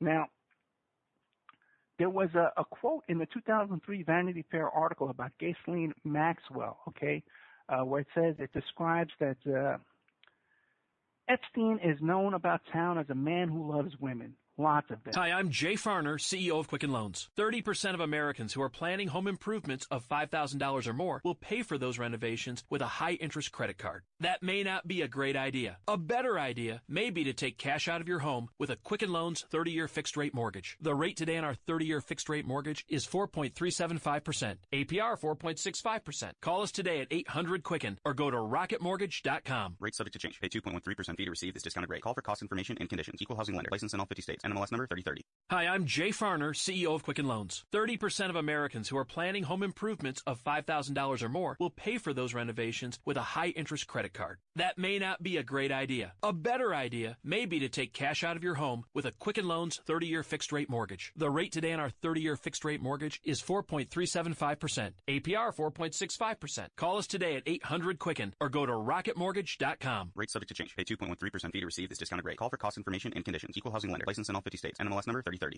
Mostly young model types have been heard saying they are full of gratitude to Epstein for flying them around, and he is a familiar face to many of Victoria's Secret's girls. One young woman recalls being summoned by Ghislaine Maxwell to a concert at Epstein's townhome, where the women seemed to outnumber the men by far. These were not women you'd see at Upper East Side dinners, the woman recalls. Many seemed foreign and dressed a little bizarrely. The same guest also attended a cocktail party thrown by Maxwell that Prince Andrew attended, which was filled, she says, with young Russian models. Some of the guests were horrified, she says. Now, that was back in 2003. Now, you got to remember, he was flying Clinton around on his private plane in 2002. In 2003, this is what they're writing about him and his parties at his mansion over there. Alan Dershowitz said in that same 2003 Vanity Fair article, as he was getting to know Epstein, his wife asked him if he would still be close to him if Epstein suddenly filed for bankruptcy. Dershowitz said, absolutely. I would be as interested in him as a friend if we had hamburgers on the sidewalk in Coney Island and talked about his ideas. Now, again, the author of this article, Vicky Ward, says, hey, man, I talked to this guy. I don't see what brilliant ideas they're talking about, man. The guy, he didn't seem that brilliant to me. Donald Trump was another one of his buddies. Okay, now let's take a look at Donald Trump. I've had my own personal run-ins with Donald Trump. Donald Trump, interestingly enough, is the owner of the Miss USA pageant, the Miss Teen USA pageant. Now, he bought both of them, and he moved their ceremonies to Trump-owned properties that either he owns or he controls. Now, Trump was quoted in this same article as well. And he says, I've known Jeff for 15 years. Terrific guy, booms Trump from a speakerphone. He's a lot of fun to be with.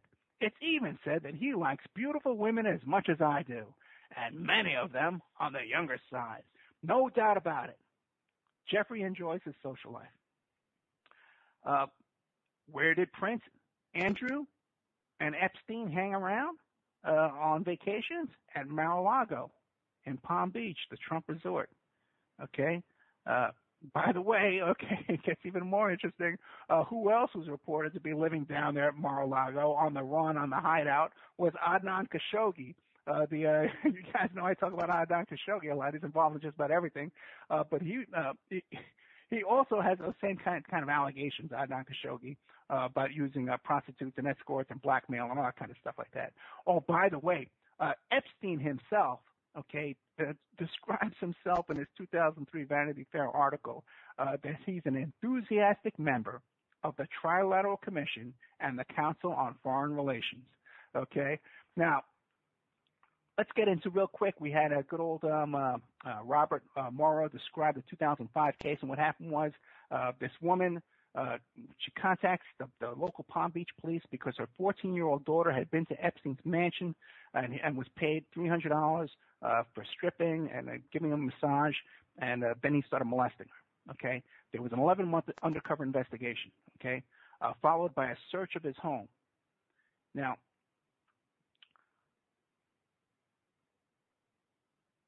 there was a whole series of young girls that went to the same high school that were constantly being recruited by older girls that worked directly for Epstein and his assistant, okay? Now, there's another thing we have to figure out what's going on here, okay? Because I have a 14-year-old kid, and I know her friends and the relationships with her friends and stuff like that, okay? And kids that age, they like to gossip. They like to talk about people. And if this girl is going around to 1, 2, 3, 4, 5, 6, 7, 8, 9, 10 different girls and asking them, hey, do you want to go to this man's house, this millionaire's house, and give him a rub down for $300? Some of these girls are going to say no. Okay, they're not all going to say yes. So if there's 10 girls that went there, 20 girls that went there, she had to have been contacting 30, 40, 50 girls all over town. This had to be common knowledge. The school had to have known about this. There's no way they could not have known about it, which brings into my question of what went on there, what kind of controls were going on in that school and in that neighborhood, and how did they come up with a school transcript inside Epstein's office? That, to me, that's highly suspicious. Okay, but being a former school teacher himself, he would be familiar with that. And maybe even, I think some school teachers too, there's a lot of them that are into this same kind of proclivities, and they kind of can spot each other and travel in the same kind of groups and stuff like that.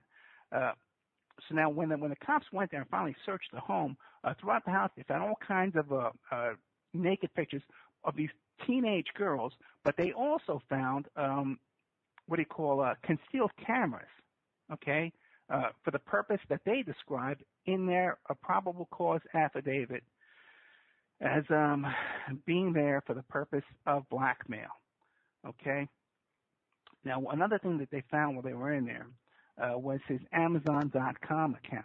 Okay, and that's very interesting too, because some of the books that he bought from Amazon.com, one was called Slavecraft: Roadmaps for Erotic Servitude, Principles, Skills, and Tools. Another one was called Training with Miss Abernathy, a workbook for erotic slaves and their owner. Another one was called S&M 101, a realistic introduction. So,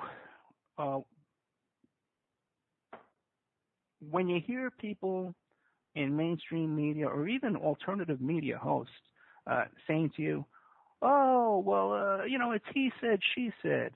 Oh, these girls, they were 17 years old. They're getting flown all on vacations all around the world. They weren't complaining.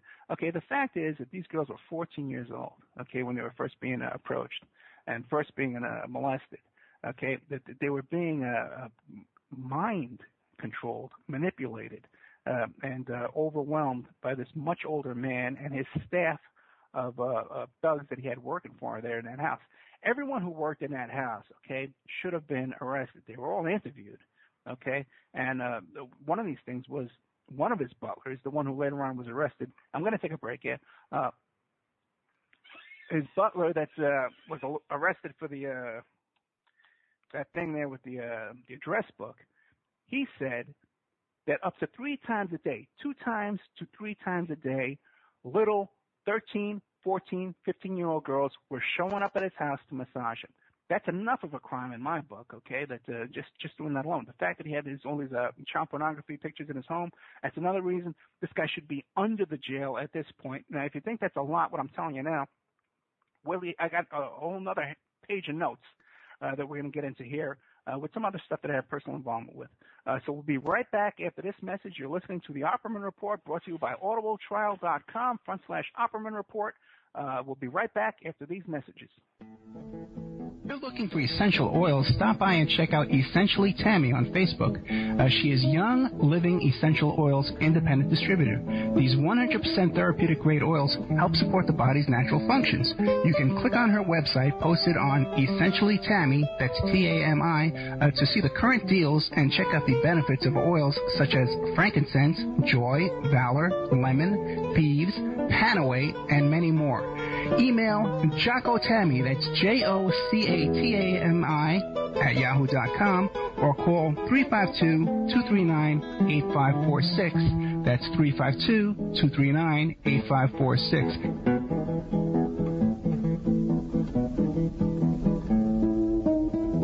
Hey, don't forget good old Amanda at Pacific West Bamboo. Pacific West Bamboo, 503-839-8126. You can reach her at demroots@oppermail.com. Pacific West Bamboo, your number one source for timber, construction, and craft-grade bamboo poles, plants, products, and more. They specialize in eco-friendly reclaimed wood products for the home and garden. They're located in Portland, Oregon, servicing the Northwest for over 10 years. They can be reached at 503-839-8126. That's 503-839-8126. Her Facebook page is Pacific West Bamboo. They can and do ship nationwide, and they're currently getting a new line of bamboo flooring, veneers, and laminates made from Guadawa bamboo, one of the world's strongest bamboos, grown and produced and manufactured in Central America using only economically and environmentally friendly practices and standards.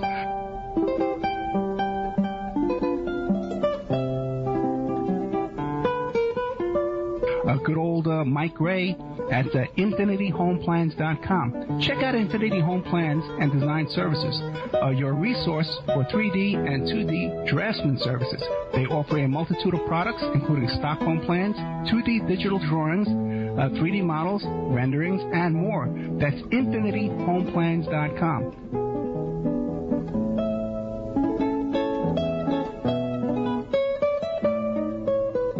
Hey, don't forget emailrevealer.com. That's my website, emailrevealer.com. And we offer all different kinds of services. Current place of employment locate. Let's say you're trying to locate where your ex-husband or your ex-wife is working so you can collect on child support. You contact us, we can locate their place of employment for you and help you collect on that child support. Let's say you think that your husband or your wife is cheating on you. Give us their email address and we can trace it back to online dating websites and dating services. So we have a multitude of services on emailrevealer.com.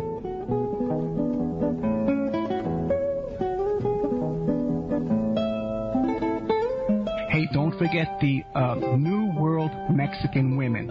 Okay, and I just Google New World Mexican Women. You can find their book where they first describe their love letters to their men and their sons and their uncles and their brothers who have traveled from South America to North America to work as migrant workers.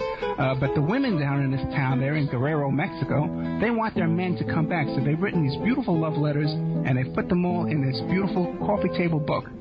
First, the letters are written in Spanish, handwritten. You can see pictures of the people writing the books. And then it comes on after that, and it's typewritten in English.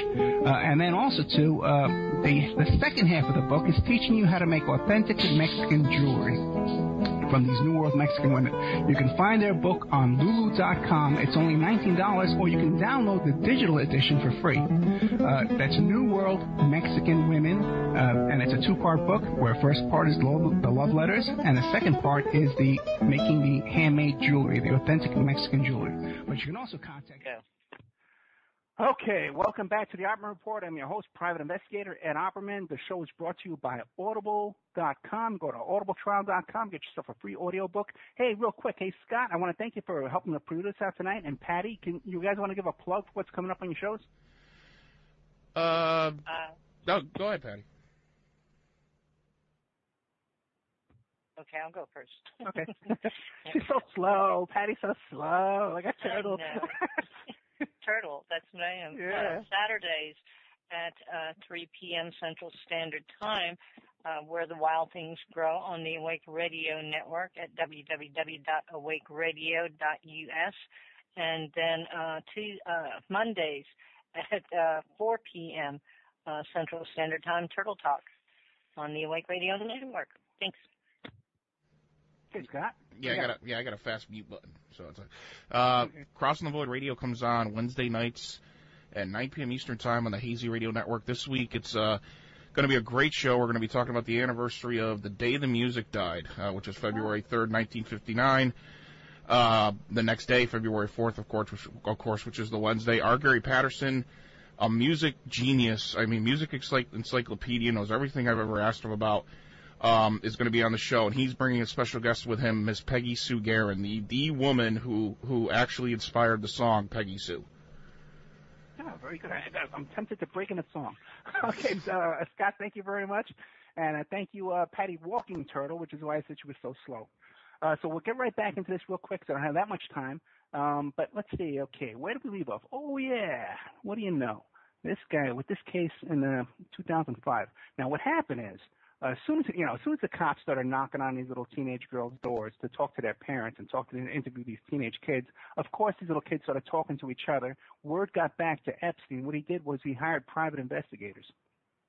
I tracked back these private investigators. These were guys that worked for Roy Black. Roy Black, you got to know, he worked for Rush Limbaugh. He was an attorney for Rush Limbaugh in his case. He was an attorney for that Kennedy kid down there that raped those people down there.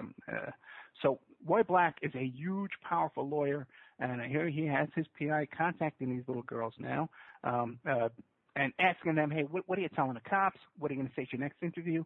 All that kind of stuff. Now, Epstein assembles a dream team of lawyers, okay? Gerald Lefcourt. I know Gerald Lefcourt. I knew Gerald Lefcourt from the 70s and the 80s back in New York City when he was Abby Hoffman's lawyer, okay? Gerald Lefcourt's a cool guy, okay? He's a big shot lawyer now, multi-billionaire, doesn't seem to want to take my calls, okay? But, there was a time, when good old Jerry Lefcourt, his PIs and stuff needed our help, but I guess they don't now, and we couldn't get a statement out of him. Alan Dershowitz, who's a Harvard law professor, and you got to remember, too, Epstein made a donation or a pledge to donate $25 million to Harvard Law. Best buddies with Alan Dershowitz. And he also got another buddy of his, became president of Harvard Law School, a buddy of Epstein. So Epstein had a lot of control over there at Harvard Law, and he definitely was good friends with Dershowitz. And he also hired Kenneth Starr, okay, from the good old Whitewater and Clinton investigation, all that stuff. Very interesting, because now here you got Kenneth Starr kind of backing up Clinton to help him cover up for Clinton. It's reported that Dershowitz flew down to Palm Beach and hammered out the sealed plea deal with the conspirators. By the way, I don't know if Robert Morrow mentioned this. In this plea deal, which is a secret sealed plea deal, we don't know what it says, but in it we do know this, that any possible co-conspirators to the convicted child molester, the sex offender, Jeffrey Epstein, if he had any co-conspirators, they are given lifetime immunity for the crimes they committed with Jeffrey Epstein at that time. Okay? Now, at the time, too, they even went down there with pictures of MySpace accounts and all kinds of stuff to smear these victims, little 14, 15, 16-year-old girls, calling them drug users and accusing them of theft and other teenage misbehavior, okay? Now, the FBI and the U.S. Attorney General for the state of Florida were also investigating, okay? Because, as you know, the cops down there, they weren't quite satisfied with the action they were getting with the DA, so they went to the FBI and they brought them in. Because you got to remember, too, all these kids were talking about being picked up in planes and taken to New Mexico. They were taken to New York. They were taken to the Virgin Islands. So this is a federal case at this point. The feds had a 53-page indictment prepared, okay, to go after this guy. But in this plea deal, they made a deal where the feds agreed to drop their case as long as the state could guarantee that he was going to plead guilty and get a 2 years in prison. But they didn't even live up to that deal, okay? Now, the U.S. attorney down there for the Southern District of Florida was a guy named Alexander Acosta, okay? So then you got to understand, he was the U.S. attorney, okay, for the state of Florida. That's like Giuliani's role. When Giuliani was the state attorney general, the U.S. attorney in the state of New York, okay, and was prosecuting all those big mafia cases back in the 80s, where I was involved in all those kind of cases, the commission trial, the pizza trial, what's it called, the Pizza Connection trial, all those big giant trials, okay, with those big bad mean mobsters, right, that everybody's so afraid of. You watch Sopranos and stuff like that, everybody's afraid, ooh, right? But just think of this, man. Giuliani, we were afraid of him. Giuliani wasn't afraid of these guys. But here's this guy here, the U.S. Attorney Alexander Acosta wrote a 3-page letter to a UK news outlet outlining how the prosecutor's office was being investigated and harassed and intimidated by this dream team of investigators and lawyers that Epstein was able to put together, and that Epstein and his lawyer, his team, they were hiring former prosecutors out of this office. They were going over his head to the federal government to put pressure on the federal investigators, okay? Okay. Now, in the probable cause affidavit, and this is available online, okay, you can find on the Smoking Gun. Epstein was finally charged with 4 counts of unlawful sex with minors and 1 molestation count. Okay, this is when I think there was like 15 or 16 people in that probable cause affidavit. Now, instead of following the police recommendation, the prosecutors considered the evidence weak because the Dershowitz coming down and with the MySpace account information on these victims.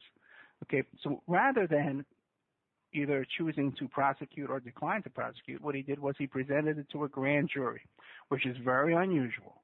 Okay, anybody can tell you this. It's very unusual in a non-capital case for a district attorney to present the case to the grand jury. Okay, it's usually only in murder trials. Okay, and the grand jury, and the old expression that you can get a grand jury to indict a ham sandwich.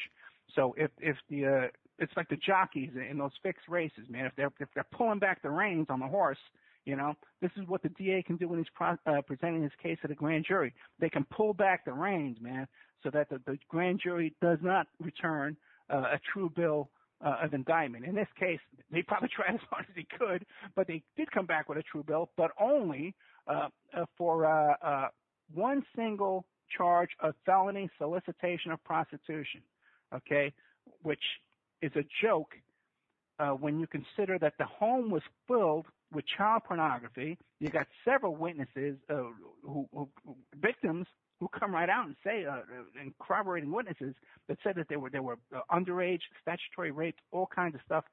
All of this was just pushed aside, and they come back with one little felony. Okay, now he was serving, he got an 18-month sentence, okay?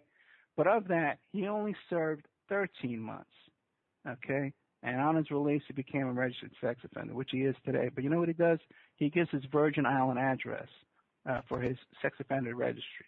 So if you live next door to this guy in Manhattan, or you live next door to this guy in Palm Beach, and you look up to see, well, are there any sex offenders living next door to me? One of the biggest in the world could be living right next to you, and he doesn't show up on it because his address is down the Virgin Islands. Okay? Now, you and I couldn't get away with that. He's getting away with that. Now, this is a guy that had 3 teenage girls, underage girls, coming to his house 3 times a day, all this time. Okay? And while he was in jail, he couldn't keep his hands off himself while he's in jail there with all the stink and the filth in those jails. You have no idea.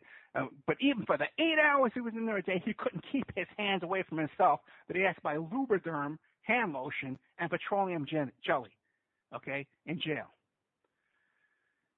He served his time in a vacant wing of the Palm Beach County Stockade. Okay, and he was allowed to go out on work release 6 days a week. Now, this is common for people who have DUI convictions or domestic violence convictions. You don't want to lose your job. A guy's a working man. You don't want him to lose his job, so you give him a deal where you can serve, if it's a case, under a year. Okay, if you get a sentence of under 1 year, and if this goes, if it's over 1 year and you serve 364 days, then you can apply for this. But they gave it to this guy right out of the box. He's supposed to get 18 months. Okay, but and then even they only did 13 months. But so no matter what, he didn't qualify for this under normal sentencing. But and then even when he gets in there, he's in a vacant wing. He's the only guy in there. Okay, all by himself, doing whatever he wants. okay? And he's allowed to leave during the daytime for 16 hours and get on his private plane and fly to the Virgin Islands. Get on his private plane and fly to Manhattan. Okay? And by the way, this is the same police department that he had previously donated $90,000 to. Now, they returned it to him. Okay, but like I said before, I guess it's the thought that counts. Okay? Now, his former butler was a guy named Alfredo Rodriguez. Okay? And he stole Jeffrey Epstein's little black book. And that's where we get all these names. Okay? But now you got to understand that he tried to sell it. And he got busted for that. And they gave him 18 months. None of this and this is a working man. They didn't let him go out and go to work. They gave him 18 months, man, okay, in jail for trying to sell. He didn't even get the money. He tried to sell the book, okay?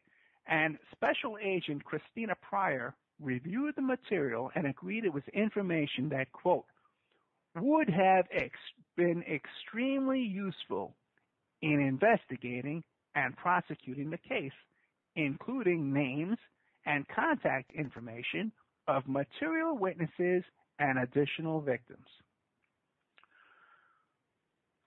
Special Agent Christina Pryor says there's additional victims.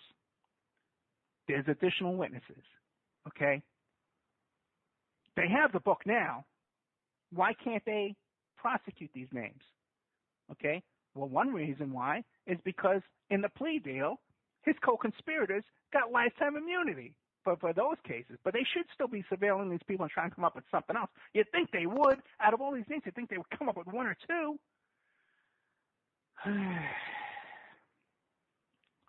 Now, people got to understand that the current litigation, okay, it's not to make money. It's not to write a book. They don't want to. It's not like the Tiger Woods case where the girls were coming forward. They wanted to write a book and they want to make money. They want to get traffic to their website, okay? This is a lawsuit against the federal government. They're not suing Epstein. It's not he said, she said, okay? That's settled. These are victims. If they were not victims named in this police investigation and in this prosecution and in this conviction of Jeffrey Epstein, the case would have been thrown out already. So we know that that the judge knows that they're involved in this, okay? Because it's been going on for a long time. 2008, I think. But the litigation, the current litigation right now is for against the United States government for violations of the Crime Victim Rights Act, okay? Because they agreed to this plea deal, this secret plea deal, and they did not notify the victims that there was even a plea or came about. These kids didn't find out until later on. They got a letter from the FBI, and not all of them even got the letter. Okay. And once again, I want to point out that the Florida lawyers, Brad Edwards and the former federal judge, Paul Casale, these are not ambulance chasers. They're doing this case here pro bono, and what do you call it? These are top-notch, highly respected lawyers there in the state of Florida. Okay. Now, in this current litigation, the pilot was deposed. Okay. His name is Larry Vysotsky. Okay, and he describes some of the people that were on the plane. This private plane that Epstein owns a couple planes in the company of young girls. And mentioned in the deposition were Bill Clinton, Britain's Prince Andrew, former Israeli Prime Minister Ehud Barak, former Colombian President Andreas, I can't even pronounce his name, Andreas Pastrana Arango. Okay. Now, you got to remember, now, we're trying to figure out where Epstein got his money from. And where could have Epstein have gotten his money from? I think it was through blackmail. But I'm sure that when you fly in a private plane with a Colombian president, a lot of those people become billionaires in their life. Okay, I think that's a common occurrence. And I don't think we would be too surprised at that. Okay, I know we got 12 minutes. Okay. We're going to be bringing on some callers after this. If you want to call in, 702-605-4894. We'll be taking calls in about 10 minutes after we drop a couple of stations here. Okay, Obama's economic advisor, Larry Summers, was on the plane. Billionaire Ron Burkle was on the plane. Now, actor Kevin Spacey and Chris Tucker. Now, we're going to get back to them in a second, okay? And by the way, they could all be subpoenaed in this case because they were mentioned in the deposition. Ghislaine Maxwell. Now, she's the daughter of the late media mogul Robert Maxwell, and she's been accused by Victoria Roberts, who is one of the complainants in this case, of photographing Epstein's victims in sexually explicit poses and keeping the child pornography on her computer, engaging in lesbian sex with underage females she procured for Epstein. Now, she's denied these allegations, okay, but she was at Chelsea Clinton's wedding just recently, okay. Clinton shared Epstein's plane with Maxwell on at least 11 flights between 2002 and 2003, before any of these allegations were... Hi, I'm Jay Farner, CEO of Quicken Loans. 30% of Americans who are planning home improvements of $5,000 or more will pay for those renovations with a high-interest credit card. That may not be a great idea. A better idea may be to take cash out of your home with a Quicken Loans 30-year fixed-rate mortgage. The rate today on our 30-year fixed-rate mortgage is 4.375%. APR 4.65%. Call us today at 800-QUICKEN or go to rocketmortgage.com. Rates subject to change. Pay 2.13% fee to receive this discounted rate. Call for cost information and conditions. Equal housing lender. License in all 50 states. NMLS number 3030. Public, okay? Along with his Secret Service detail, with his aide Doug Band, Maxwell Kellen is another girl that worked for Epstein, and two other women described only as Janice and Jessica. Okay, 1 month later, records show Clinton hopped a ride from Miami to Westchester on a flight that also included Epstein, Maxwell, Kellen, and a woman only described as one female. Okay. Now, before we were talking about Jean-Luc Brunel, the modeling agency Scout, okay, and who somehow has this ability to get the passports, and this is what was alleged by Victoria Roberts.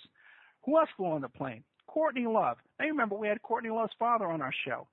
Interesting character, Courtney Love, because she grew up in a sex cult, and she also went to middle school at the Presidio in San Francisco at the same time the Presidio sex child, what's that thing called, the daycare center molestation scandal was going on. She's currently, or was recently, managed by Sam Lufty, that was Britney Spears' manager during her year-long meltdown. He was her only controller during that whole time when she had such a bad meltdown that ended with her father getting conservatorship over her whole life. Chris Tucker was on one of these plane rides with Clinton and with Epstein on his private plane. They went to Africa together on an AIDS conference. What a porn star was on the plane as well. But Tucker, might want to remember. Okay, this guy has an interesting background as well. Because when you look up Chris Tucker private plane, what do you find? That in February, Chris Tucker.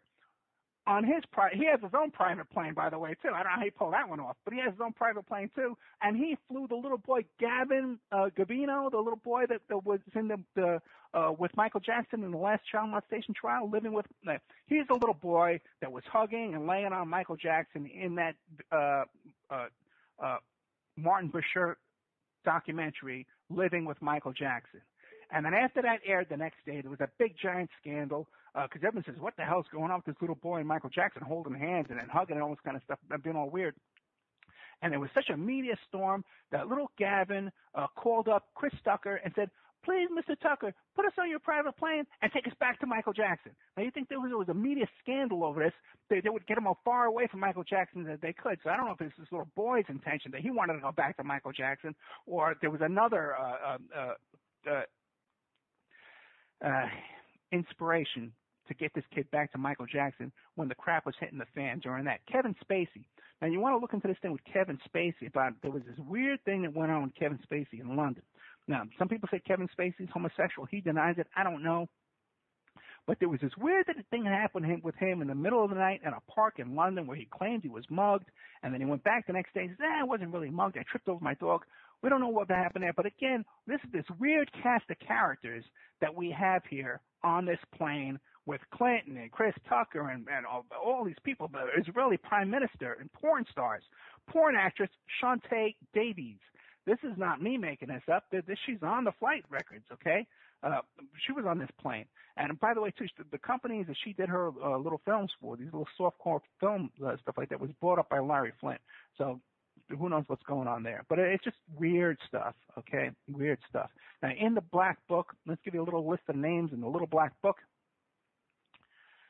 By the way, you know what? When they contacted Shanti Davis about all of this, her comment was, I'm really not interested in being slandered in the media for having known this person a long time ago. Some of the things said are not things I have information on. So we know she's on the plane. She's on the flight logs. Okay, what went on, we don't know. We do know that Epstein is a convicted sex offender.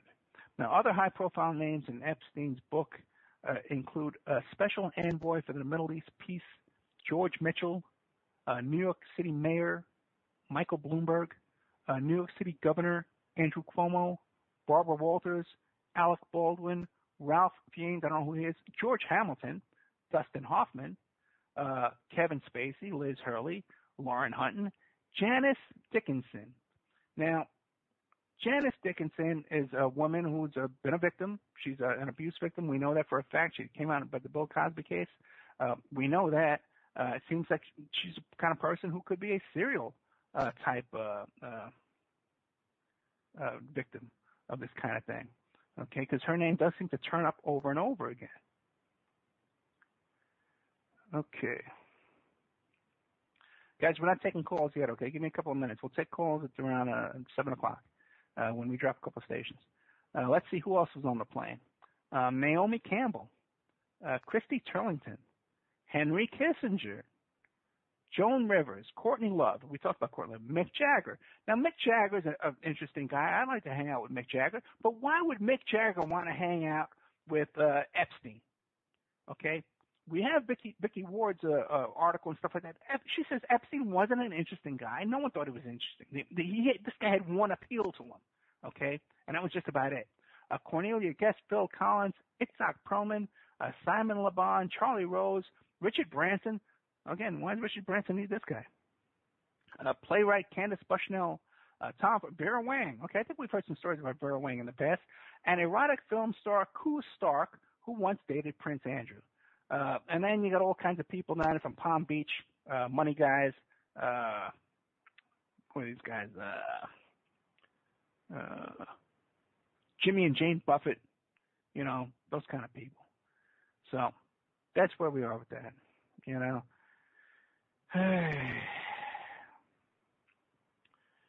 I think the biggest things we need to look at here, okay,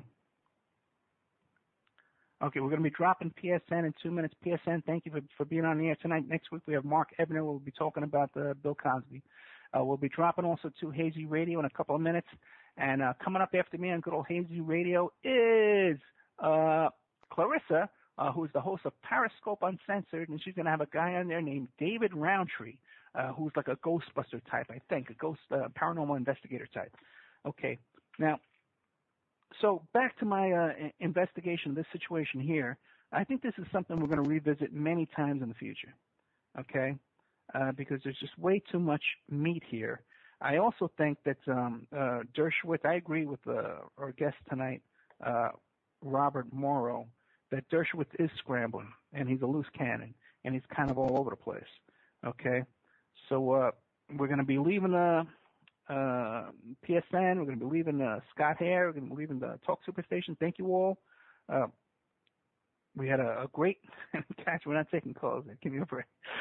Okay. Thank you all. Next week we have Mark Ebner coming out. After that we have Dave McGowan's coming back. We're going to be doing a story about the moon hoax landing. Then also coming up we have about the Kinsey cover-up. Okay, I forget her last name. The first name is Judith, but she's a very cool guest. We also have a couple of guests coming on. We're trying to figure that out about the Paul is dead controversy, about the whole theories about is Paul dead, is Paul not dead, and all that kind of stuff.